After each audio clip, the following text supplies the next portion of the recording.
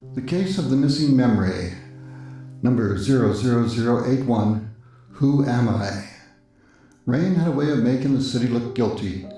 It came down in sheets against the office window, turning the neon signs outside into bleeding smears of red and blue. Somewhere below, tires hissed through puddles and a police siren wailed like a wounded animal before fading into the night. I was halfway through a cold cup of coffee and a warm cigarette when somebody knocked. "Come in?" The door opened slowly. The man who stepped inside looked like he'd been awake for a week, mid-30s, clean-shaven, good suit that had seen better days. His eyes were red from lack of sleep and something else, fear. He sat down without being asked. "You find?" I said, "Depends who's asking." "I don't know," he said. I studied him. He wasn't joking. "What do you mean you don't know?" He swallowed. "I woke up this morning in a hotel room. Don't know my name. Don't know where I'm from. I don't know what I do for a living." I leaned back. "Hit your head, did you?" "Not that I can tell." "How about drinking?" "I don't know." The answer seemed to trouble him as much as it did me. He rubbed his forehead. "There's something else." "There usually is," I confided. "I have this feeling." "What kind of feeling?" The man looked toward the rain-streaked window. "That somebody wants me dead." I let the silence sit. People lie. The frightened ones lie best. But this guy didn't look like he was making anything up. He looked like a man who'd had the floor ripped out from under his life. "What do you remember?" I asked. "Nothing before waking up." "Anything at all?" He thought about it. "No." "Where'd you wake up?" "A hotel on the east side." "Name?" "The Lester Hotel." "Room 333, I think." And that got me moving. 20 minutes later, we were climbing out of a cab beneath the flickering sign of the Lester. The place looked exactly how it smelled. The lobby was yellowed with age and cigarette smoke. A tired ceiling fan pushed stale air around in circles. Behind the desk sat a narrow old man with thick glasses and ears that had retired years ago. I flashed my license. "Private investigator, William Find." The clerk squinted. "What?" I repeated myself louder. Recognition finally dawned. "Ah, detective." "That's right."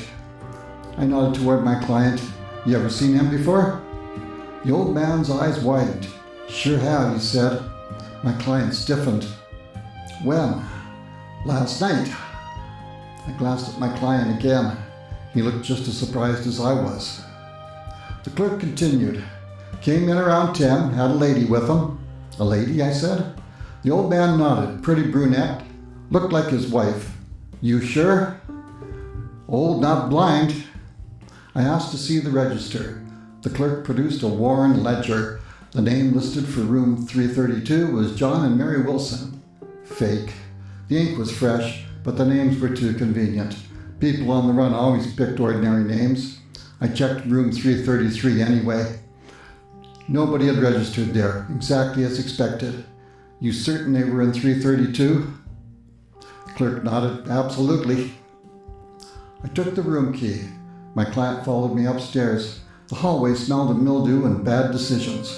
Room 332 sat at the far end. I unlocked the door. The smell hit first. Copper, then death. The room was dark. I found the switch. The lights flickered on. My client froze. A woman lay at the foot of the bed, dead. Looked like she'd been dead for hours. Brunette, 30-ish, well-dressed. There was a dark stain across the front of her blouse where a knife had entered her chest. One clean thrust. Professional or personal. Sometimes they were the same thing. My client staggered backward and half screamed out, "Oh God." "You know her?" I asked. He said no. The answer came too quickly, or maybe it came honestly. That was the problem. I couldn't tell. I picked up the room phone. "Get the police." The old clerk didn't argue. 30 minutes later, the room was full of uniforms. The medical examiner confirmed what everybody already knew. Homicide. The police captain, a bulldog named Harris, took one look at my client and ordered him downtown. "He's our prime suspect." Based on what? I asked. Harris said, well, he wakes up in the room next door with no memory and a dead woman 20 feet away. I told him, well, that's circumstantial. So's the rain before a flood, he said. They took him away. By midnight, I was standing alone in the hallway watching crime scene technicians work. No purse, no wallet, no identification, nothing. Whoever had killed the woman had stripped away everything that could tell us who she was. Or she hadn't brought any identification in the first place. Neither possibility made me happy. The next morning, I started the legwork. I began with the room. Crime scene technicians had finished processing it, and Harris owed me a favor. A small one. I got 30 minutes. The luggage consisted of a single suitcase. Inside were men's and women's clothes. No labels. Somebody had carefully removed every identifying tag. Professional work. The killer again. Or the victims themselves. A search of the pockets produced little. A book of matches. A movie ticket stub. 3 receipts. I smiled. Receipts don't forget who they belong to. One came from a gas station outside of the city. Another from a diner. A third was from a railway station locker. Now I had something. I visited the railway terminal before lunch. The locker number matched the receipt. The police opened it. Inside sat a battered leather case. Inside the case was a camera, an expensive one, and a roll of undeveloped film. That changed everything. People kill for money. People kill for revenge. But when photographs start turning up, they also kill for secrets. The film went straight to the police lab. While they worked, I kept digging. The movie ticket led nowhere. The diner receipt led to a waitress who remembered the couple. They were nervous, she said. How nervous? She thought, like they were waiting for somebody. Did somebody show up? No. What did they talk about? They barely spoke. That wasn't the behavior of a married couple, I thought. That was the behavior of people sharing a problem. Late that afternoon, Harris called. The film had been developed. I met him at headquarters. The photographs were spread across a table. Most were ordinary street scenes. A few showed industrial warehouses near the waterfront. Then we reached the final pictures. Every man in the room stopped talking. The photographs showed a meeting. Several men, one woman exchanging envelopes. Money. Documents. One face belonged to a city councilman. Another belonged to a union boss. A third belonged to a man the Organized Crime Bureau had been chasing for years. Harris looked up. Well, I nodded. Looks like our dead woman and our amnesiac stumbled onto something. Captain lit a cigarette. Or they were part of it. Possible. But somebody was scared enough to kill over these photographs. He agreed. An hour later, another break arrived. One of the warehouse photographs showed a truck. The company logo was visible. Investigators tracked it to a freight company outside the city. The manager identified the brunette immediately. Her name wasn't Mary Wilson. It was Evelyn Grant.